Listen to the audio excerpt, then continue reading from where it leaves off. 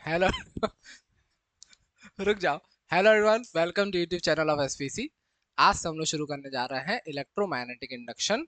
और थोड़ी सी शुरुआत करेंगे मैग्नेटिक फ्लक्स से।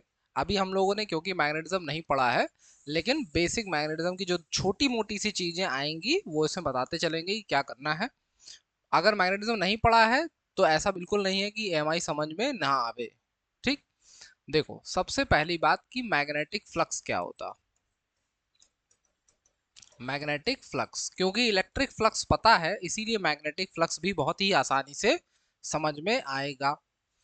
हम लोग को पता है कि इलेक्ट्रिक फील्ड लाइन जब किसी सरफेस से ऐसे पास होती थी, जब हम लोग गॉस थ्योरम पढ़ रहे थे तो हम लोगों ने क्या लिखा था वहां पे कि एक इलेक्ट्रिक फ्लक्स होता है फाई ई, जिसको तुम क्या कहते हो, ई डॉट डी एस। ये याद है? तो अगर ये याद है तो ये भी याद है। देखो, मैग्नेटिक फ्लक्स क्या होता है ऐसे ही, क्योंकि मैग्नेटिक फील्ड लाइन की सारी प्रॉपर्टीज एकदम सेम टू सेम होते हैं इलेक्ट्रिक फील्ड लाइंस की तरह।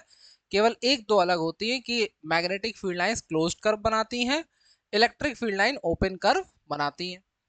मैग्नेटिक फील्ड लाइन जब किसी सरफेस से पास करी, कैसी, नॉर्मली, तो जो फाई होगा वो क्या होगा, बी डॉट डी एस लिखो चाहे बी डॉट ए, कोई दिक्कत इस बात से नहीं है। ठीक है। और अगर नॉर्मली पास करी होंगे, माने दोनों के बीच का एंगल कितना होगा, 90 डिग्री, तो phi equal to B A हो जाएगा। अगर किसी पर्टिकुलर एंगल पे होगा तो phi equal to B A dot product माने क्या होता है, कॉस थीटा हो जाएगा। इसमें कोई दिक्कत किसी को नहीं होनी चाहिए। ये क्या होता है, मैग्नेटिक फ्लक्स। तो मैग्नेटिक फ्लक्स को अगर हमें डिफाइन करना है कि मैग्नेटिक फ्लक्स है क्या, तो हम लोग बोलेंगे कि number of magnetic field lines passing through any surface normally is known as magnetic flux। ठीक है। होता क्या है, फाई से डिनोट करते हैं, phi equals to B dot A, माने dot product of magnetic field intensity and area vector. और ये क्या होगा, बी ए कॉस थीटा। ठीक। इसमें कोई दुख दर्द किसी को नहीं है। अब जो फाई होता है, बात आई कि इसकी यूनिट क्या होती फाई की, तो इसकी यूनिट होती है वेबर। ठीक है। क्या यूनिट होती है इसकी, वेबर। और ये कैसी यूनिट है, एसआई यूनिट। सीजीएस यूनिट जो इसकी होती है वो होती है मैक्सवेल। ठीक है। और 1 वेबर जो होता है वो 10⁸ मैक्सवेल के बराबर होता है। ठीक है। अच्छा, फाई इक्वल्स टू क्या दिख रहा था, बी ए। बी माने मैग्नेटिक फील्ड, मैग्नेटिक फील्ड का यूनिट क्या होता है, टेस्ला, ये कम से कम याद होगा।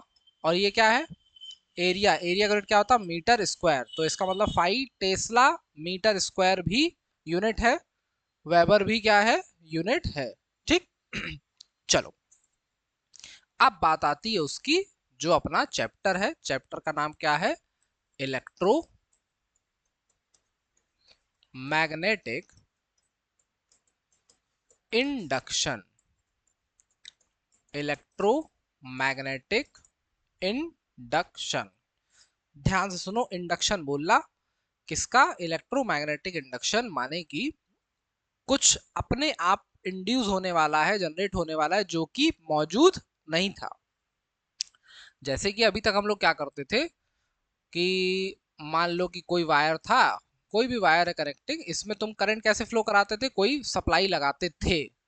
लेकिन अब सिचुएशन ऐसी है कि बिना सप्लाई लगावे करंट आए, कैसे आएगी, यही सोचना है। तो क्योंकि अभी मैग्नेटिज्म हल्का सा नहीं पढ़ा हम लोगों ने, मैग्नेटिज्म के पहला ही टॉपिक होता है ऑरस्टेड एक्सपेरिमेंट। क्या कहता है ऑरस्टेड एक्सपेरिमेंट, ऑरस्टेड एक्सपेरिमेंट कहता है कि अगर कहीं से करंट फ्लो करी, मान लो किसी वायर से करंट फ्लो करी, इसके अगल बगल मैग्नेटिक नीडल रख दोगे, 10th में ही बताई गई ये बात, इसीलिए बोल रहे हैं कि अगर मैग्नेटिज्म नहीं पढ़े हो अभी तो कोई दिक्कत नहीं, क्योंकि कुछ बातें 10th की ही ले रहा। मैग्नेटिक नीडल रखोगे, जैसे ही इसमें करंट पास कराएंगे तो इस नीडल में क्या आएगा, डिफ्लेक्शन।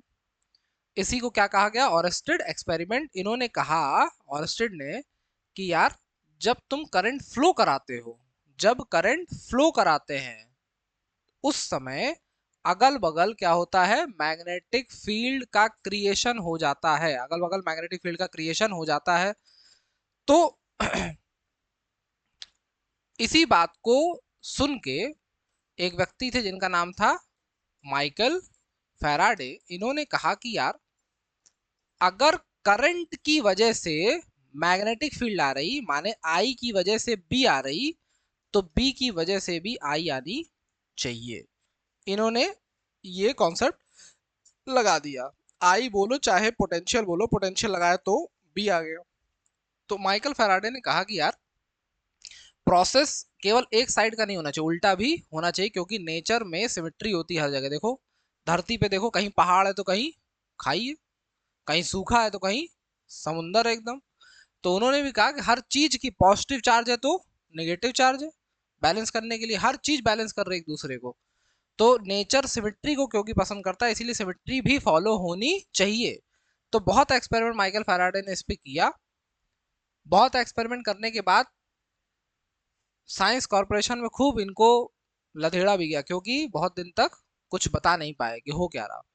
फिर एक दिन मामला आ गया सामने। क्या सामने आया कि अगर तुम एक मैग्नेट ले लो, मान लो कि मैग्नेट के दो पोल होते हैं, सबको पता है, ठीक है, और एक तुमने ले लिया कोई कॉइल, और इस कॉइल में लगा दिया गैल्वेनोमीटर, क्योंकि सोर्स तो लगाना ही नहीं है, सोर्स लगा दोगे तो मामला ही खत्म हो गया। तुम्हें लगाना क्या है, मैग्नेटिक फील्ड की वजह से करंट चाहिए। तो मैग्नेट की जरूरत है, तीन चीज की जरूरत है, मैग्नेट, कोई कंडक्टर, और ये क्या है, गैल्वेनोमीटर। तो ये कंडक्टर जो कॉइल के फॉर्म में दिखा है, इसी को इंडक्टर कहते हैं। क्या कहते हैं, इंडक्टर। ठीक। तो हुआ क्या, जब बहुत एक्सपेरिमेंट हुआ, धीरे धीरे करते गए करते गए करते गए, तब इन्हें समझ में आया, स्टोरी इनकी बहुत लंबी है, उस पर नहीं जा रहा है अब। तब इन्हें समझ में आया कि एक्चुअल में जैसे नॉर्थ पोल साउथ पोल रखा है, तो मैग्नेटिक फील्ड लाइन नॉर्थ से साउथ चलती है, पता है सबको। अगर ये बगल में ऐसे रखा होगा तो इससे नॉर्थ पोल साउथ पोल से निकलने वाली फील्ड ऐसे पास हो रही होगी, बोलो, हो रही होगी, माने कि ऐसे चल रही होगी, ऐसे निकल रही होगी मैग्नेटिक फील्ड लाइन इससे। तो मैग्नेटिक फील्ड लाइन इससे पास तो हो रही, लेकिन करंट नहीं आ रही। तो समझ में आया कि यार माजरा कुछ अभी बचा है लग रहा। तो क्या बचा था, बचा ये था कि अगर साउथ से नॉर्थ पोल है, और मान लो कि यहां पे कोई कॉइल रखी है और ये गैल्वेनोमीटर है, ये मैग्नेट अभी यहां है, इससे निकलने वाली फील्ड लाइन ऐसे चल रही, और फील्ड लाइन काट गई एक दूसरे को भैया, ऐसे ऐसे। तो अगर ये दूर है, नीचे भी निकलेंगी, लेकिन नीचे वाली उससे पास नहीं करेंगी, इसलिए नहीं बना रहा। तो ये क्या कर रही है, केवल पास कर रही है, जितनी भी है फिक्स है। मान लिया कि दो फील्ड लाइन पास कर रही है, ठीक।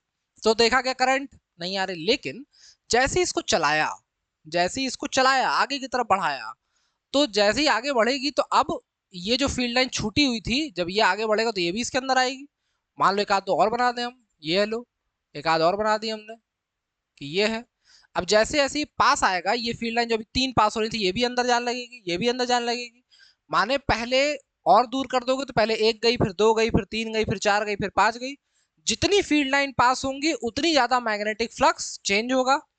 तो जब मैग्नेटिक फ्लक्स चेंज होगा तभी करंट आएगी। यही बात ध्यान रखनी है कि करंट कब आएगी, जब दोनों के बीच में कोई मोशन हो रहा होगा, ये सबसे पहली बात। तो अगर कोई मैग्नेट है, जब तक चल के आगे नहीं आएगी तब तक करंट नहीं आएगी। और चल के आगे आने का फायदा क्या है, कि चल के आगे आई तो मैग्नेटिक फील्ड लाइंस का नंबर क्या हो रहा, चेंज। चाहे ये आगे आए चाहे पीछे जाए, तो मैग्नेटिक फील्ड लाइंस का नंबर क्या हो रहा, चेंज हो रहा। माने मैग्नेटिक फ्लक्स जो लिंक हो रहा कॉइल के साथ, वो लगातार चेंज हो रहा। लगातार चेंज होने की वजह से इसमें करंट इंड्यूस होगी। इंड्यूस का मतलब होता है कि हमारी वजह से सामने वाले में कोई परिवर्तन आ जाए। इसी को कहते हैं इंडक्शन इफेक्ट। ठीक, बिल्कुल देख सकते हैं इसको लैब में। और क्या, इसका यूज कहाँ होता? अरे इसी का यूज तो होता है। कहाँ बताओ? जनरेटर में। माइकल फैराडे के इस कॉन्सेप्ट से तो जनरेटर बना, इलेक्ट्रिक जनरेटर। सब जगह जहां भी कुछ तुम जनरेट कर रहे होगे, हर जगह यही सिचुएशन चलेगी। ट्रांसफार्मर, ट्रांसफार्मर कैसे भूल सकते हो? ट्रांसफार्मर किस पे काम करता है? इंडक्शन पे। ठीक है। पहले ट्यूबलाइट्स आती थी, याद करो। ट्यूबलाइट में, पुरानी ट्यूबलाइट देखी होगी तो उसकी जो पीछे वाला वो होती है, उसमें एक ऐसा छोटा सा कुछ लंबा सा लगा होता था, क्या कहते थे उसको? किसी को याद है? चोक। उसको चोक कॉइल कहा जाता था। वो किस पे बेस्ड होती? सेल्फ इंडक्शन पे। अभी इलेक्ट्रोमैग्नेटिक इंडक्शन के दो टाइप है, self induction, mutual induction. Mutual induction based होता है ट्रांसफार्मर, इस पे चोक कॉइल। ठीक। अब देखो कि बात आ कहां गई। बात आ गई कि अगर कोई, मान लो नॉर्थ पोल ऐसे चला आ रहा पास में, और सामने तुम्हारे कोई कॉइल है, और ये क्या लगा? गैल्वेनोमीटर। तो इस, ये अगर पास में आएगा, ध्यान से सुनो अब, बहुत ध्यान से सुनने वाली बात आ गई। ये पास में आएगा तो सामने इसमें क्या आएगी? करंट आएगी। बोलो, आएगी। करंट आने से ऑरस्टेड का लॉ आएगा। ऑरस्टेड क्या कह रहा? करंट फ्लो करती तो मैग्नेटिक फील्ड आएगी। तो इसका मतलब मैग्नेटिक फील्ड क्रिएट करेगा, करेगा क्रिएट। मैग्नेटिक फील्ड कैसे क्रिएट करेगा, इसी पे तो ध्यान देना, सबसे बड़ी इंपॉर्टेंट बात है यहाँ पे। मैग्नेटिक फील्ड कैसे क्रिएट कर रहा? ऐसी क्रिएट करेगा कि जिस वजह से आई करंट उसी को अपोज करे, जिस वजह से करंट आई उसी को अपोज करे। नॉर्थ पोल सामने आ रहा था तो सामने नॉर्थ पोल ही बनाएगा, माने ऐसी करंट आनी चाहिए जो नॉर्थ पोल बनाए। ठीक। अब ध्यान से देखो हाथी वाला, अगर करंट ऐसी आ रही, ऐसी माने किसी कॉइल में करंट ऐसे ऐसे चल रही, इस तरीके से, माने फिंगर जहां सर्कल हो रही है, देखो ऐसे करंट अगर ऐसे चल रही है तो ये फिंगर कैसे ओपन करोगे? ऐसे ना। तो ये जो नेल है तुम्हारा, ये नॉर्थ पोल को दिखा रहा होगा उस समय। ठीक। तो इसका मतलब करंट इसमें कैसे आई होगी? इस तरीके से घूमने वाली, ऐसे ऐसे। अगर ये करंट ऐसे ऐसे घूम रही होगी तो इसका मतलब यहाँ पे करंट कैसे आएगी? नीचे। और यहाँ पे आएगी ऊपर। ये ऐसे चल रही होगी करंट इस छल्लों में, और यहाँ बनाएगा कौन सा पोल? नॉर्थ। और जैसे ही नॉर्थ पोल बनाएगा तो रिपेल करने लगेगा। ठीक।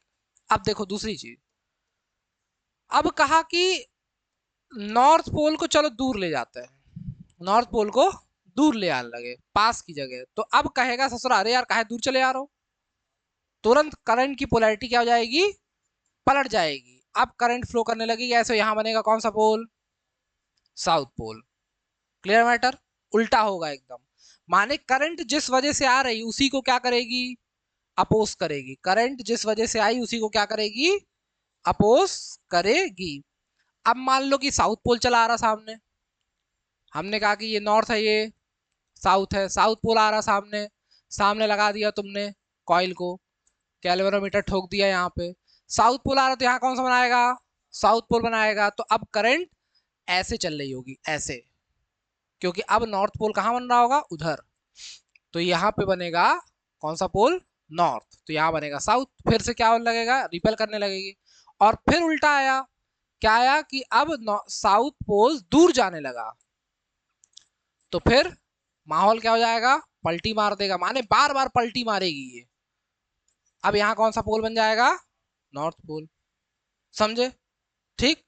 देखो ध्यान से सुनो, जब करंट किसी कॉइल में चलती है गोल गोल, ठीक है, तो उस समय रूल क्या लगता है कि फिंगर्स होंगी करंट के डायरेक्शन में, फिंगर करंट के डायरेक्शन में, और थंब शो करेगा मैग्नेटिक फील्ड का डायरेक्शन।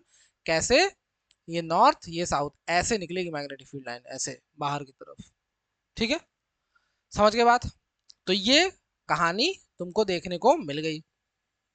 अब बात आती है उसके बाद लॉस की। सबसे पहले आ गया फिनोमिना, कि फिनोमिना क्या हुआ। तो अब डेफिनेशन बना रहे हैं किसकी? E M. पीछे जगह थी ना एक पेज पे, नहीं थी, चलो यहीं लिख देते हैं, ये डायग्राम बाद में बनाना। ई एम आई क्या लिखेंगे? When magnetic flux linked with any coil changes with the time, then an electric current, या एन ईएमएफ लिखते हैं, भावुक हो जाओगे नहीं तो, एन ईएमएफ इंड्यूस्ड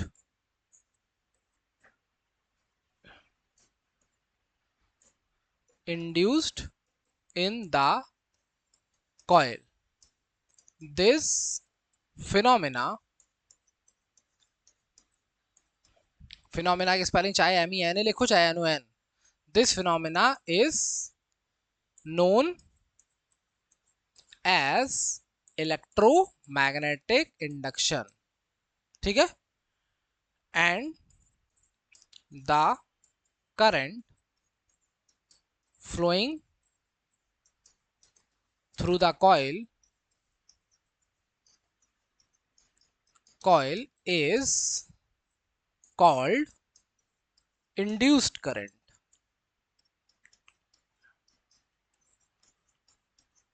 कौन सी करंट है? Induced current. ठीक, तो क्या समझ में आया कि मैग्नेटिक फ्लक्स जब चेंज होगा तब कौन आएगी? करंट आएगी। जब मैग्नेटिक फ्लक्स चेंज होगा तब करंट आएगी। स्पष्ट मैटर एकदम? बताओ, कोई दिक्कत नहीं? अच्छा, तो एक बात बताओ फिर, अगर मान लो कि हम एक कॉइल बनाए ऐसी, तो तिरछा डायग्राम बनाना ही बड़ा कठिन काम है।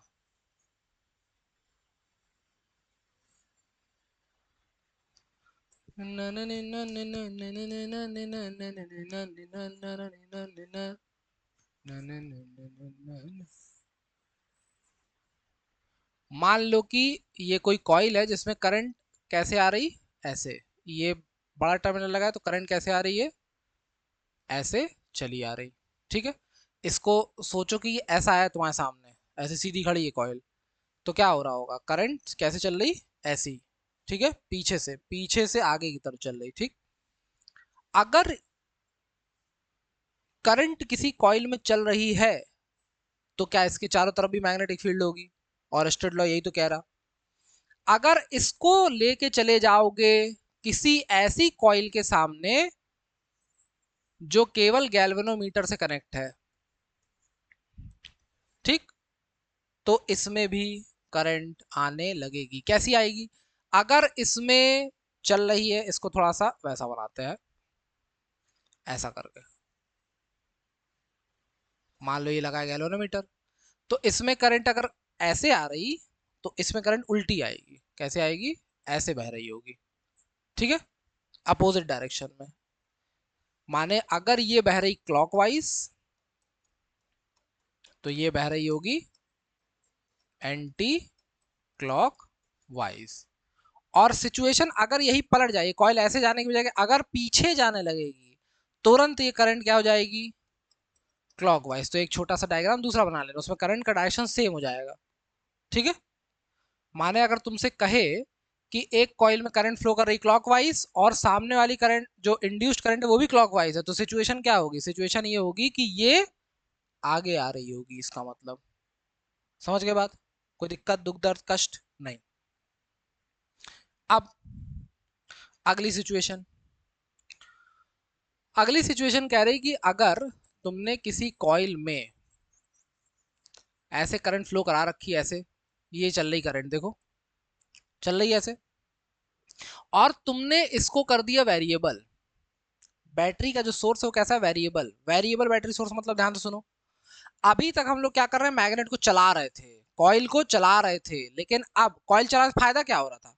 मैग्नेट पास में आ रही थी तो इसकी जो मैग्नेटिक फील्ड लाइन जो अभी कहीं दूर दूर थी वो अब और पास में आ रही, चेंज हो रहा। ऐसी कॉइल से भी हो रहा। लेकिन मान लो चलाना नहीं है, एक ही जगह पर रखना है, तो आप क्या करोगे? इसकी सप्लाई को वेरिएबल कर दोगे। वेरिएबल सप्लाई होगी तो करंट वेरिएबल आएगी। वेरिएबल करंट आएगी तो जो मैग्नेटिक फील्ड का क्रिएशन होगा वो भी अलग अलग होगा, कभी स्ट्रॉन्ग कभी वीक। तो जब स्ट्रॉन्ग वीक होगा तो मैग्नेटिक फील्ड लाइंस भी कम या ज्यादा होने लगेंगी, फ्लक्स का लिंकेज कम या ज्यादा होने लगेगा। मान लो दूसरी कॉइल बगल में लगा दी हमने ये ऐसे, और इससे लगा दिया हमने गैल्वेनोमीटर कनेक्ट कर दिया, तो जब इसमें वेरिएबल करंट है माने इसकी मैग्नेटिक फील्ड वेरिएबल, तो इसमें क्या आएगी, इंड्यूस्ड करंट। और जिस अगर ये ऐसे बह रही तो ये कैसे बहेगी, ऐसे अपोजिट डायरेक्शन में। लेकिन अगर तुमने सिचुएशन को कर दिया क्या, ऐसा, यहां पे एक काम करते हैं, एक की लगा देते हैं, और की जो है अगर ये डॉट लगा इसका मतलब की क्लोज है, माने करंट आ रही है। और अगर हमने इस की को ओपन कर दिया, एक बार करंट छोड़ने के बाद की को क्या कर दिया, ओपन कर दिया, जैसे ही की को ओपन करोगे तो इस इंडक्टर में जो करंट अभी ऐसे चल रही थी वो अब ऐसे चलने लगेगी, तुरंत अपोजिट। ठीक। अब तो और सोचने वाली बात है कि ससुरा इसमें तो कुछ है ही नहीं, इसमें करंट है कैसे। इसमें करंट इसलिए है क्योंकि अभी एक हेडिंग आएगी कि जो इंडक्टर होता है वो एनर्जी को स्टोर करके बैठता है। ठीक है। तो एक बार जब इसने एनर्जी क्रिएट कर ली होगी अपने अंदर, स्टोर कर ली होगी, तो ये फिर अब क्या करेगा, उसको बाद में रिलीज भी करने की कोशिश करेगा। तो इतने सारे प्रोसेस देखने को मिल रहे हैं। ठीक। अब बात आती है कि फैराडे ने कुछ लॉ दिए, किसके, ईएमआई के। तो Faraday's law of E M I, ये सब चैप्टर बहुत छोटे छोटे हैं लेकिन इनमें समझना बहुत कुछ है। ऐसी लास्ट के जो 4 चैप्टर है फिजिक्स के वो एकदम छोटे छोटे हैं, माने 2-2 घंटे 2.5-2.5 घंटे में खत्म हो जाएंगे, लेकिन समझना जरूरत से ज्यादा है उनमें। और वो नहीं समझ में आए तो जिंदगी की आगे पढ़ाई समझ में नहीं आएगी। सबसे भारी समस्या तो ये है।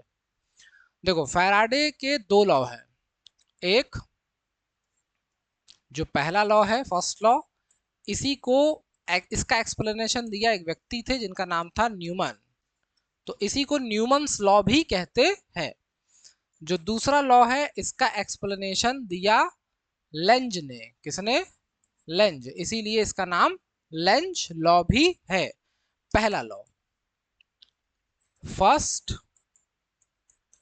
लॉ क्या कह रहा, देखो कह रहा negative rate of change of magnetic flux with respect to time in a coil is numerically equal to the value of induced EMF। ठीक है। तो कह रहा है कि E जो है, स्मॉल ई, इंड्यूस्ड ईएमएफ है। कैपिटल ई होता था करंट इलेक्ट्रिसिटी में इलेक्ट्रोमोटिव फोर्स, ये इंड्यूस्ड इलेक्ट्रोमोटिव फोर्स है। ठीक है। तो ई हो गया, ई क्या होगा, minus negative rate of change of किसका, मैग्नेटिक फ्लक्स का, किसकी रिस्पेक्ट में, टाइम की रिस्पेक्ट में। अब जो कॉइल होती है उसमें तो बहुत सारे टर्न है, तो if there are n turns in a coil, then क्या होगा, E equals to minus N D phi by D T. और कौन सा फाई है ये, कौन सा फाई है, मैग्नेटिक फ्लक्स वाला फाई। ठीक, क्लियर कट मैटर है। तो ये तुम्हारा हो गया फैराडे का लॉ, कौन सा, पहला। अब बात आई दूसरे लॉ की। दूसरा लॉ केवल यही बात एक्सप्लेन कर रहा कि ये क्या लगा, माइनस का साइन।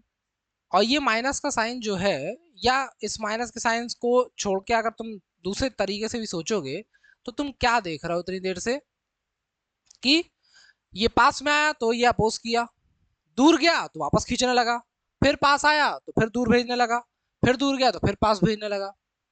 अगली सिचुएशन में क्या देख रहे हो कि कॉइल पास में आ रही तो करंट अपोजिट है, कॉइल दूर जा रही तो करंट सेम हो गई, फिर अट्रैक्ट करने लगी। ऐसा क्यों कर रही थी? क्योंकि यहाँ भी मैग्नेटिक फील्ड क्या हो रही, उसी सिचुएशन में चल रही।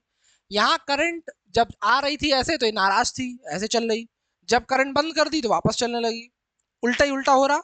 तो इसका मतलब जो लेंज लॉ क्या कह रहा, लेंज लॉ कह रहा कि जो इंड्यूस्ड करंट होगी वो हमेशा उस कारण को अपोज करेगी जिस कारण से वो खुद क्रिएट हुई है। ठीक है, माने कि बच्चा बाप का विरोध करेगा, सेकंड लॉ करते हो ना घर पे, कई लोग नहीं करते हैं, लात खाते हैं, काते लोग कर देते हैं। सेकंड लॉ क्या कह रहा,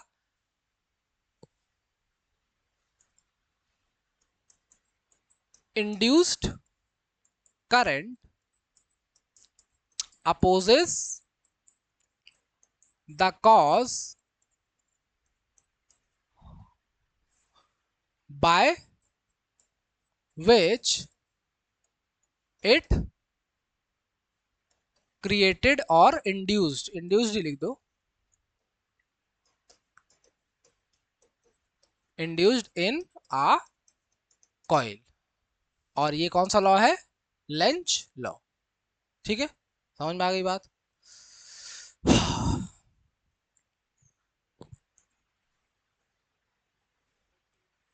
हाँ तो मन नहीं रहा होगा ना आने का। चलो, जो लेंज लॉ होता है इसी को क्या कहते हैं, लेंज लॉ। ये बेस्ड होता है, एमसीक्यू में पूछेगा, कंजर्वेशन ऑफ एनर्जी। ठीक है, किस पे बेस्ड है, कंजर्वेशन ऑफ एनर्जी पे। ठीक, चलो अब ये बताओ कि तुम कह रहे हो कि E इक्वल्स टू क्या है, नोट में लिखेंगे। E इक्वल्स टू क्या है भाई, minus N D phi by D T, बोलो यही है। अगर करंट की बात करें कि इंड्यूस्ड करंट क्या होगी, करंट क्या होता है भैया, V equals to I R, तो I equals to V upon R, और V का रोल कौन कर रहा, E, तो E अपॉन आर बोलोगे कि नहीं, बोलोगे। E कौन है, minus N D phi by D T, और कौन बैठा, आर, ये कौन है, तुम्हारी I। अगर मान लो क्या था, चार्ज बताओ, चार्ज बराबर क्या होता, Q equals to I D T, तो रखो I कितना है, minus N R D phi by D T, और ये कौन है, डी टी, डी टी ने डी टी को लपेट दिया, तो क्या बचा, Q equals to minus N by R. ठीक है, तो ये इंड्यूस्ड ईएमएफ, इंड्यूस्ड करंट, और ये क्या है, चार्ज। ठीक है, बात समझ गए, कोई दुख दर्द कष्ट पीड़ा इसमें नहीं, किसी को होने भी नहीं चाहिए, इसमें कोई दिक्कत ही नहीं है, कोई समस्या वाली बात ही नहीं है। हो गया, थोड़ा थोड़ा लिखते जाओ। मान लो तुमसे कोई क्वेश्चन कहे कि मैग्नेटिक फील्ड लगा दी 10 टेस्ला की, मैग्नेटिक फील्ड 10 टेस्ला की, और जो एरिया है किसी कॉइल की क्रॉस सेक्शन का वो है 2 सेंटीमीटर स्क्वायर। ठीक, तो सबसे पहले क्या निकाल लो, फाई, फाई क्या होता, बी इंटू ए, बी कितना है 10, ए कितना है 2, और सेंटीमीटर स्क्वायर माने 10⁻⁻⁴ से मल्टीप्लाई, कितना हुआ 2 इंटू 10⁻⁻3। क्या होता फाई का यूनिट, जल्दी बोलो, फाई का यूनिट वेबर, वेबर बोला करो, क्या होता, वेबर। ठीक, अब फाई तुमने निकाल लिया। ठीक है, तुमसे क्वेश्चन में आगे कह रहा कि अगर नंबर ऑफ टर्न कॉइल में है 100, कॉइल में नंबर ऑफ टर्न कितने हैं, 100 हैं, तो इस पूरी कॉइल को मैग्नेटिक फील्ड से रिमूव करने में अगर टाइम लगा, मान लो कि 3 सेकंड का, तो तुमसे पूछ रहा कि इंड्यूस्ड ईएमएफ कितना होगा। ठीक है, माने तुमसे क्वेश्चन ध्यान से सुनो, इस क्वेश्चन को वर्ड प्रॉब्लम में अगर क्रिएट करना है तो, कि if you have a coil having number of turns 100 and area of cross section 2 centimeter square, if it is placed in the magnetic field of 10 Tesla, now we removed it in 3 seconds, then find out the EMF induced in the coil. केवल coil रखी रहेगी तो EMF नहीं आएगा, कब आएगा? जब चलेगी। ये बात तो क्लियर है। चलो, तो ये क्या आ रहा? 5, लेकिन नंबर ऑफ टर्न कितने दिया? n, तो फॉर n टर्न क्या हो जाएगा? 5 cos 2, 100 से मल्टीप्लाई होगा तो 100 का मल्टीप्लाई इसमें करा दो, या लिख दो एक बार 100 इंटू 2 10 की पावर -3, तो कितना हो गया? 2 इंटू 10 की पावर -1, और -1 माना 0.2, 0.2 वेबर। अब E बराबर क्या होता? -d5/, या तो यहीं पे -n(d5/dt) करते, या n का मल्टीप्लाई डायरेक्ट यहां करा दिया, इससे कोई दिक्कत नहीं है।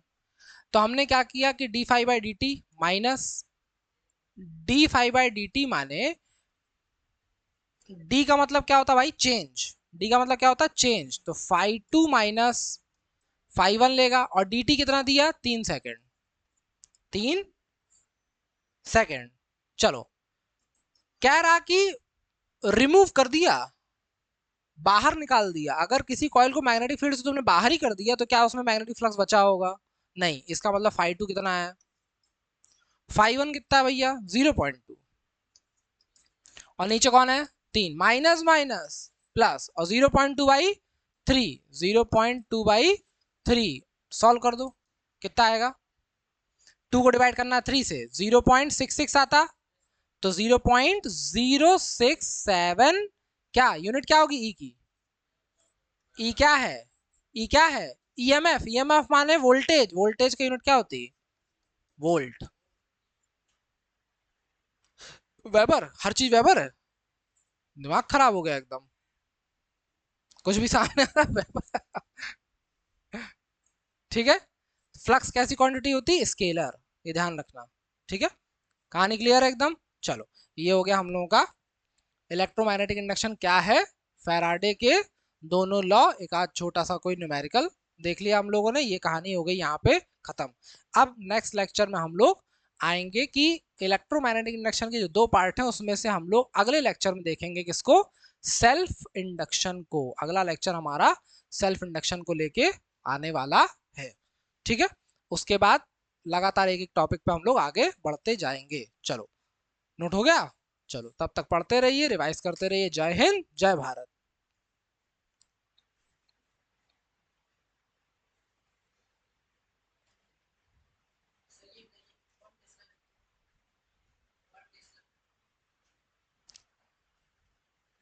वन टेस्ला माने 10⁴ गॉस। 1 टेस्ला का कनेक्शन थोड़ी वेबर से होगा। टेस्ला का, जैसे टेस्ला किसका ऐसा यूनिट है? मैग्नेटिक फील्ड का। तो मैग्नेटिक फील्ड के ही तो सीजीएस यूनिट से कनेक्टेड होगा। तो सीजीएस यूनिट क्या होता है उसका? गॉस। तो इसीलिए 1 टेस्ला किसके बराबर? 10⁴